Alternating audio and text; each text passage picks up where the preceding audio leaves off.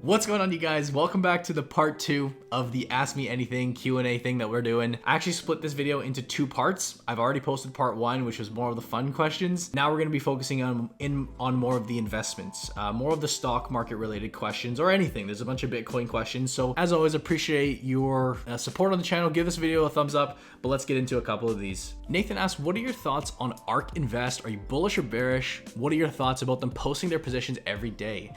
I think this is clearly a very, very innovative group of funds. I think Cathie Woods is a very exciting manager. I don't think she's a god like many other people tend to worship her. No doubt she's done a good job of picking good investments, and Tesla's clearly paid off for her. She's took some very bold stances, even on a number of other holdings. She does a good job of identifying good trends and disruptive companies, but I don't think she's a god by any means. I think investors in general are on a hype train with these entire suite of ETFs, and although there could be great companies underlying and they really will change the world, when you see the type of performance that the fund has, at least in my experience, when you see all these investors and new money that floods into these ETFs, they usually end up bad. And if you're just trying to get into the ARK ETFs now to kind of chase the Tesla performance, that's really been a main driver. Again, I don't follow these too closely, so could be wrong. I didn't actually know they post their positions every day, but I think that's very cool. I think it's very good. That's very transparent. I know a lot of investors that look within the funds and get good ideas for some small growth companies, some promising companies, because again, they are good at identifying them. But I mean, my thought process on it is if this Cathie Woods is as good as she, not to downplay her performance, she's done well, but if she's this god that everyone looks up to, I mean, why are we just hearing about her in 2020? Why has she not done this for the past number of decades? Again, I haven't really looked into her history, so maybe she has. There's that saying, everyone looks like a genius in a bull market, but I mean, Tesla's down, what, 20% over the past couple of days? I think just as fast as something exciting like that goes up, it could go down. So I personally don't invest in the ARK ETFs whatsoever. A gun to your head, you have to go with one portfolio for the rest of your life. What is it comprised of? I definitely go with a balanced portfolio that I would create myself. I would include some big names, tech names that I feel are going to be really relevant over the next number of decades. Probably companies like the Amazons and the Googles, just as equally to those tech higher, growth companies. I'd also balance that out with some safer defensive companies, the bellwethers, the stalwarts like Walmarts and the Coca-Colas, the TD Banks of the world. Believe it or not, if this was for the rest of my life, I would probably include some bonds in there. I know bonds suck right now, but if I had to run with this for the rest of my life, I'd probably allocate about 20% there. Otherwise, go with a pretty nice mix. Best books to learn about investing. This would totally depend on what your current skill level is. If you're just getting started, a couple books that I read very early on was One Up on Wall Street, A Random Walk Down Wall Street. I also like a book called Simple Wealth, Inevitable Wealth by Nick Murray. It's actually one that I recommend to a lot of people that are just starting out. But as you get up this scale of knowledge, The Intelligent Investor is definitely one that you have to put on your reading radar at some point as you get better and better. In fact, I actually tried to tackle this book, which is also written by the same author as The Intelligent Investor. You have to be a very, very in-depth investor to comprehend this book. In fact, I made it about a quarter of the way through. I skipped ahead and I had to put this book aside because even for someone like myself, I've been investing for 10 years. This book is not easy, but it is one hell of a book from the parts that I did read. Obviously, if you want overall finance, go read Rich Dad Poor Dad, Richest Man in Babylon. Those are good for just kind of more or less finance concepts, but investing related, you got to read The Intelligent Investor. What are your favorite top 3 stocks to own? Currently, let me think this one through. I don't have any off the top of my head. I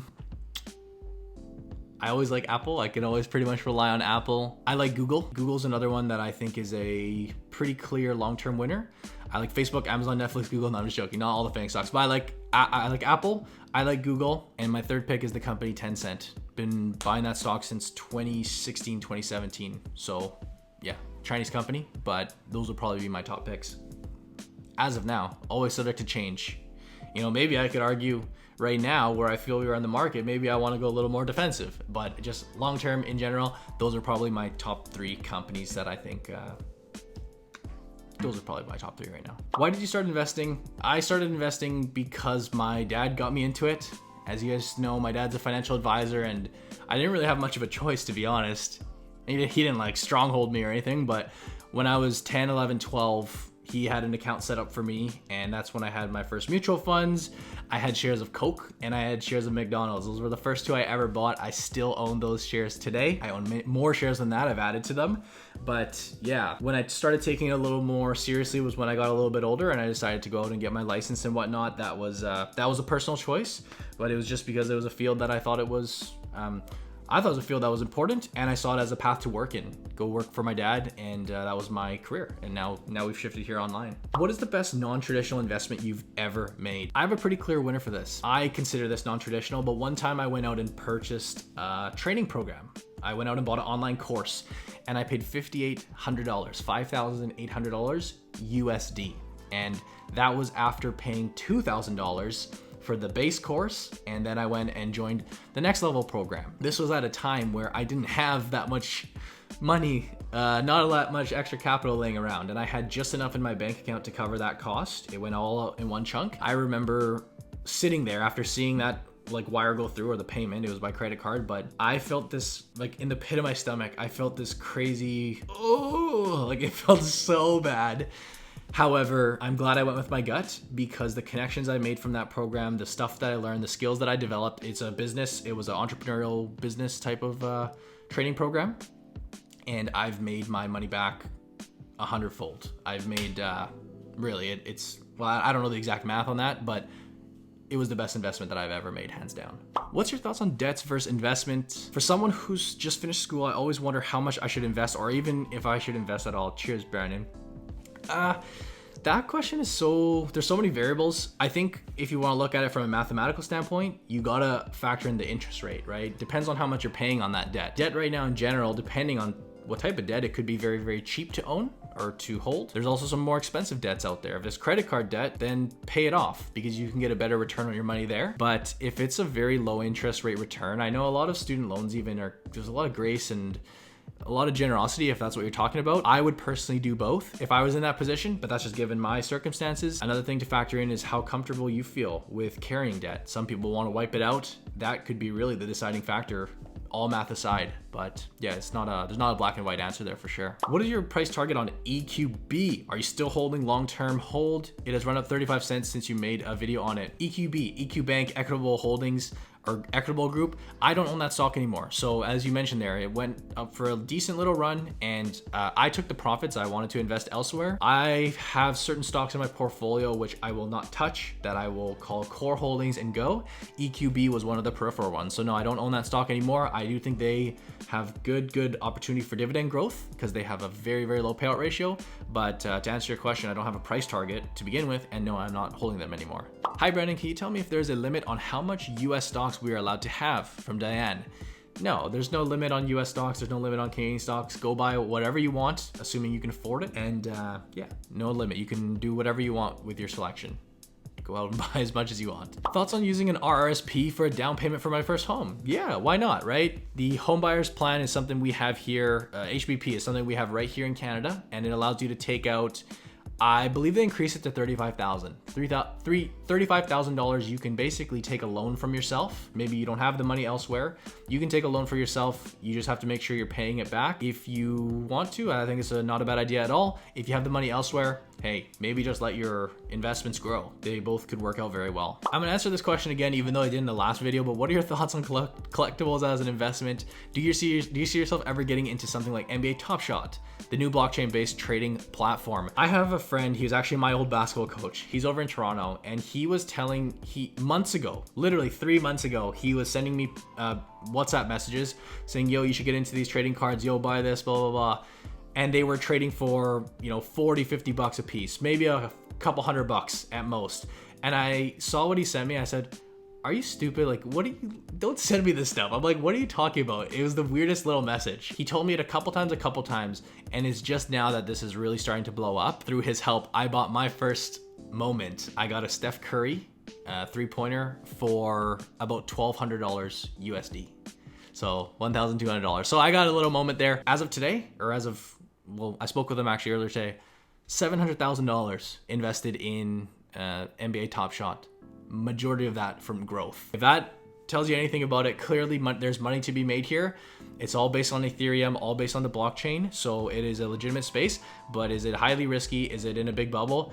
I think so. I actually saw a video one time saying, if you use the example of Pokemon cards, right? Pokemon cards, there's hundreds of different Pokemon out there. There's 100 different options, and it's just a very select few, such as the Charizards, the shiny Charizards, that are valuable. And they do have value. They can actually be a good asset to own, but the rest of them are just junk, and they're priced that way. Now, if you look at NBA Top Shot, because there's so much value, so much money flowing into this market, everything's going up. My friend was selling a Marquise Chris moment. Marquise Chris for a few $100 USD. It's like, is that really worth it, or is that just speculation and hype? That's speculation and hype. You could argue that people like LeBron and people like Curry, these generational players that will one day have status like a LeBron, like a Michael Jordan, hey, maybe they do have long-term value. It could be a fun little way to diversify your assets or investments, but I wouldn't take it all too serious. I shouldn't say that. People are making good money right now, and hopefully that continues for them. But if I were to look at sports collectibles or something of that sort, I'd look at it as more of a hobby and kind of stash the money over there rather than actual sound investment. Just my personal opinion though. Fundamental analysis, which ratio to look for to have a global picture? The basic ones. I'm not sure exactly what that question is asking, but there is no single ratio to look for. In order to execute proper fundamental analysis, you need to have a thorough understanding of the entire puzzle. In the next month or two, we will be releasing a mastery program, and we go through everything. Balance sheets, income statements, all the ratios, all the financial health metrics, how to dissect every single thing. It is gonna be one hell of a program, and it's been taking up a lot of my time. We're a bit delayed on it, but that is coming soon. If you were gonna say what's one ratio I could look at, no single ratio can tell you everything. You have to use them in conjunction together, and they essentially are just indicators, and you can piece them together to get a better idea. What do you think of Rich Dad Poor Dad? His advice buying silver. I actually didn't know about that till I saw your comment here. I do think that it's a very viable strategy to be buying silver and gold right now. It's never been an asset that was a high priority for me. That said, given the state of our world, and there's talks of inflation coming, and Dalio's been preaching it for, I was gonna say months, maybe even years now, that we have this decade where gold may be a good asset to own, or silver in this case, which is basically gold's little brother or little sister. Could be some very valid advice, but I haven't actually heard the exact advice from Rich Dad Poor Dad. With quantitative easing, devaluation of the currency, here's another good one, or here's one that builds off that. Massive sovereign debt. How do you think this all eventually ends? That's a good question, Michael. I don't know. You look at the debt that the US in particular, we typically look to the US, but the type of debt levels they've taken on, we can't say we've seen that before. I don't know the answer to that. It's, you think that eventually this comes back to bite people in the butt, but how that's gonna be the case, I don't know the answer to that. It's a very, very good question. Wish I had a better answer for you there. What are all the stocks you own? Canadian and USD.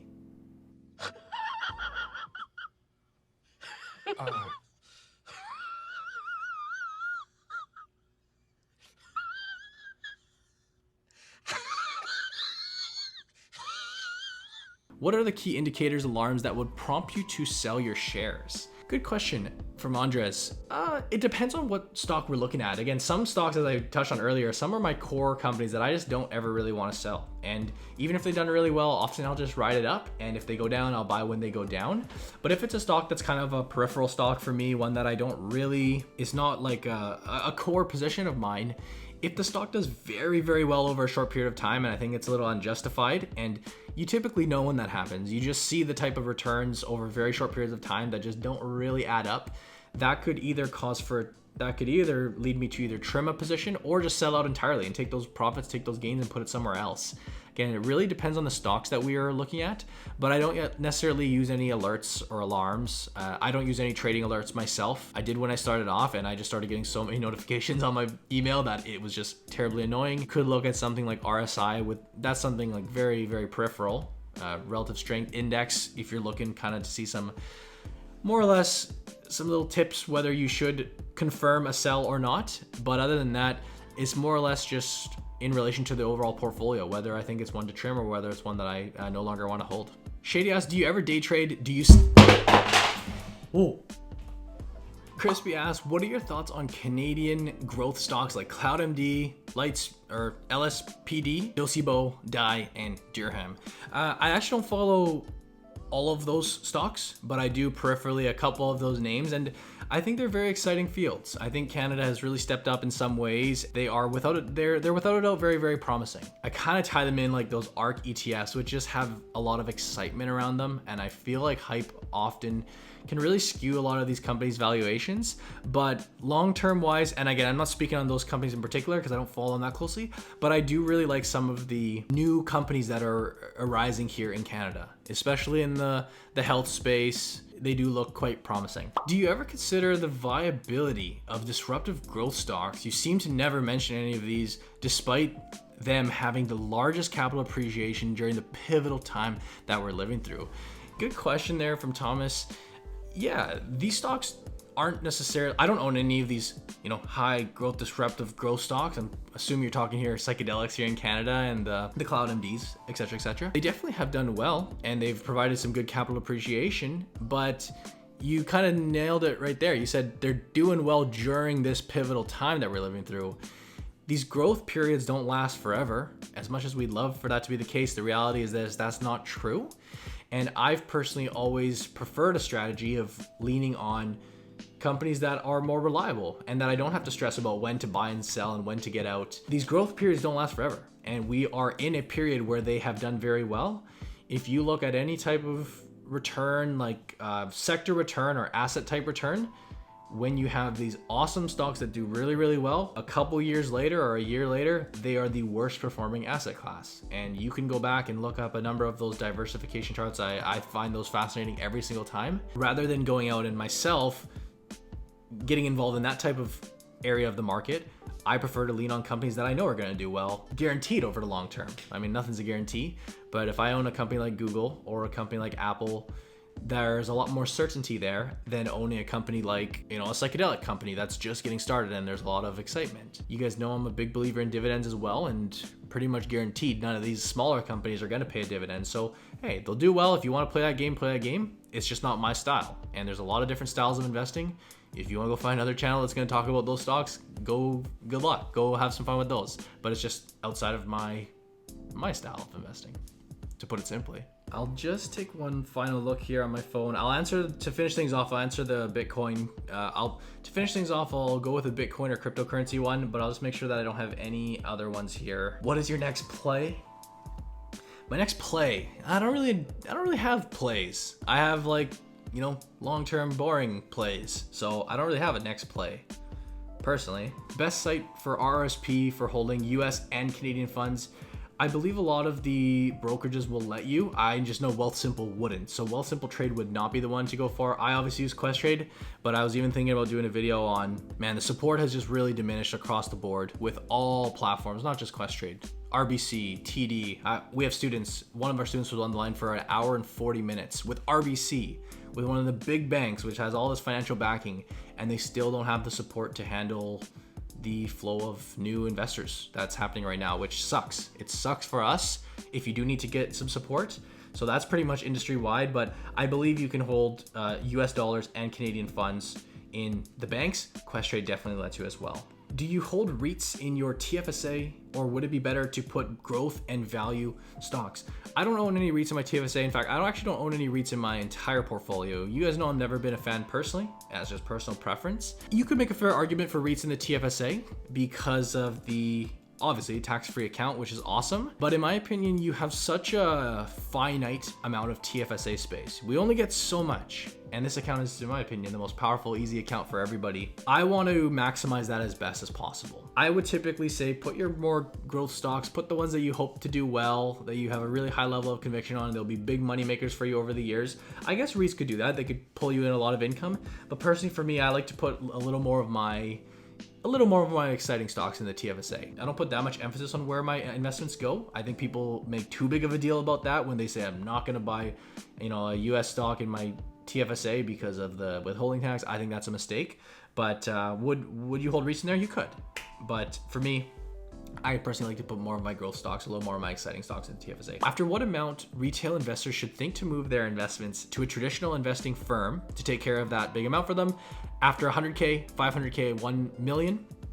Or should a person just continue with this in Questrade, Wealthsimple, or any of the others? I think this is a really, really good question, actually. And obviously, I've seen both sides of this coin. I've used to work at a firm as an advisor, and now I work here at DUI, so I'll try to stay very impartial with this. I don't think there's a set dollar value, but I do think it's a very real consideration. As you get up into the $1 million plus range, even the high 100,000s, although you do pay fees, those fees can very well be warranted to have someone there to comfort you, to be that second layer of support.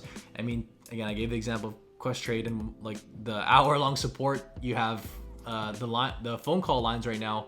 Imagine you have $1 million on the line and you can't place a trade, or you're having trouble getting into your account and you literally can't get access to that, or whatever the reason is. There's a reason they call them discount brokers, and it's because they do come with their disadvantages. So at some point, I think it's not a bad idea to move to a professional. I think when you actually start getting up into the millions of dollars plus, you realize that it's not so much about every single penny that you're pinching. It's about doing what makes you comfortable with your money. And also, when you have bigger amounts like that, you're obviously dealing with taxable accounts, withdrawals to make. You could have some estate planning needs, or just budgeting, like financial planning needs that you may not have needed when you were just starting out. You may have kids to pay for, budget for their schooling and stuff. And that can be a lot to handle just all on your own with an app like Wealthsimple Trade. So I do think there's value there, but for most people, let it grow to a couple 100,000 plus before you get to that point. Obviously, everyone's level is going to be different, but that is a very, very good question. There's obviously no set number, all comfort level, but it is something to consider. Let's finish off the final question now with that Bitcoin question. I can't find the exact question, but I'll pop it up on the screen when I do. It's just about Bitcoin and cryptocurrency and the future of that. And I think it is very, very promising to see the big companies like the Apples and the Teslas and big money getting involved. It's funny, now that they're all involved, Bitcoin was down like pretty substantially over the past couple of days, which is just that's the stock market for you. When all seems to be making sense, it just does the exact opposite. But yeah, I think Bitcoin is it's legit. It's here to stay. Do I think it will ever become our currency? I don't think it will. And I don't think, if you actually understand Bitcoin, I don't think that's what people are expecting. I think actually, if you look at the definition of an actual currency, like if it's going to come in here and overtake the US currency, the US dollar or the Canadian dollar, I think those dollars have to have certain level of, they can't be so volatile in order for it to be a nationally accepted or just a generally accepted dollar. Like it has to fit some categories. And I don't think Bitcoin will ever get to there due to the nature of it. I think that's one key reason how Bitcoin would never be our dollar. But will it be involved in our world? I think so, absolutely. I can't say I know when people are actually going to be paying with things with Bitcoin. I know you can do certain things now, and I know Tesla's got their exciting ideas where you can pay with Bitcoin into the future. I've never paid with anything with Bitcoin, although I do own some. I don't see why I ever would. I would just use it as this store of value, as it's kind of this new space. You could even make a fair argument in terms of diversification that Bitcoin, it helps your portfolio. You take a portion of it. When you actually look at how it's correlated, well, it's not really correlated, the lack of correlation to traditional investments, this could be a legitimate asset class. Clearly, it's got a cool idea behind it. I think a lot of people on a consumer level are tired of the banks running everything and the banks kind of controlling the world and the money out there. So that idea in and of itself, I don't see that fading away. I don't see people fading away from this. It's gone through one run and it died down, and now it's coming back for another run. It's coming back stronger than ever. I don't know enough to actually speak on it, so this is just like, I'm just kind of rambling here. But do I think it will be around into the future? Yeah, I do. A lot of the other cryptocurrencies, those small ones, I have no idea. Ethereum, I think, is making some waves as well, because I think there's some pretty serious applications behind that. But hey, I think that'll wrap it up for the video. That's part 2 right here. This darn light, I don't really use this light usually, because I usually film at the office, and it's so harsh. It's so harsh on my skin. I hope I was able to get to everyone's question there. If I wasn't, I apologize. Maybe I'll do another one of these in the future. But I do appreciate every single one of you guys for tuning in, watching the video through to the end. That really does help. If you learned anything new, drop a big thumbs up. If you're not already subscribed, subscribe to the channel. We post videos every week, and we do have our Investing Academy. First link down below. If you want to look into that more, we have a training program that will take you start to finish in the stock market. We have a big announcement coming up over the next little while. That new course is going to be, that's not the big announcement, but we do How crazy is that? We have a course coming out, and that's not the big announcement. But that'll be out, we're targeting the end of March. So keep an eye on that if you're interested. We have a wait list on our website. But until then, thank you guys for watching. I hope you enjoyed, and I'll see you in the next video.